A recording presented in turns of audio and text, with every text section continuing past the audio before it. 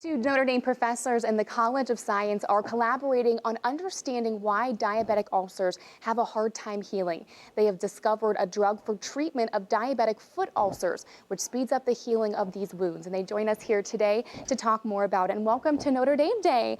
Mayland, let's start with you. Are diabetics more prone to wounds, or are they more severe? And why this group of people? So approximately 400 million people in the world have diabetes, including 30 million here in the United States. And a complication of diabetes is the inability of wounds to heal. These typically occur on the foot, so they're called diabetic foot ulcers.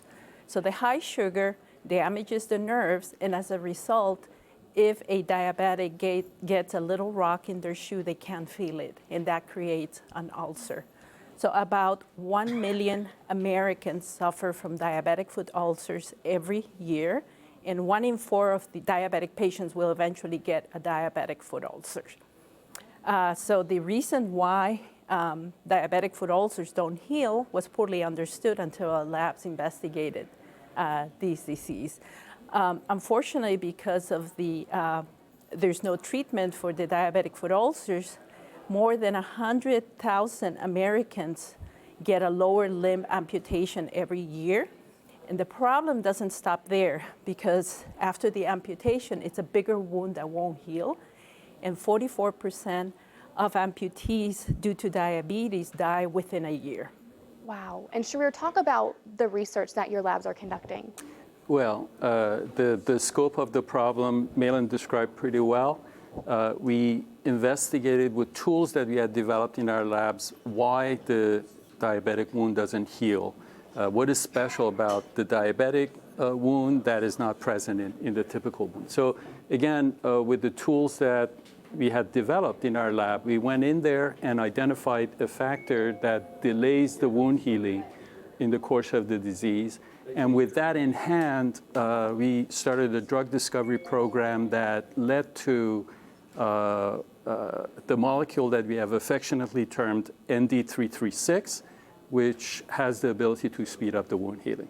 And aren't there already some ways to treat these wounds? So treatments are mostly palliative. There is a single drug that was approved by the FDA more than 20 years ago, but it's not used at all because modest efficacy, as well as increases cancer and death.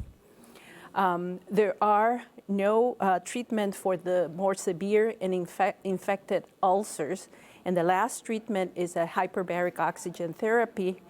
In this treatment, patients go 2 hours every day for 5 days a week for many weeks, and most insurance companies don't cover it because it can cost up to $200,000. So we have shown that our drug, ND336, has superior efficacy in diabetic animals compared to the only FDA-approved drug. And we just got awarded a $4.6 million grant from the Department of Army.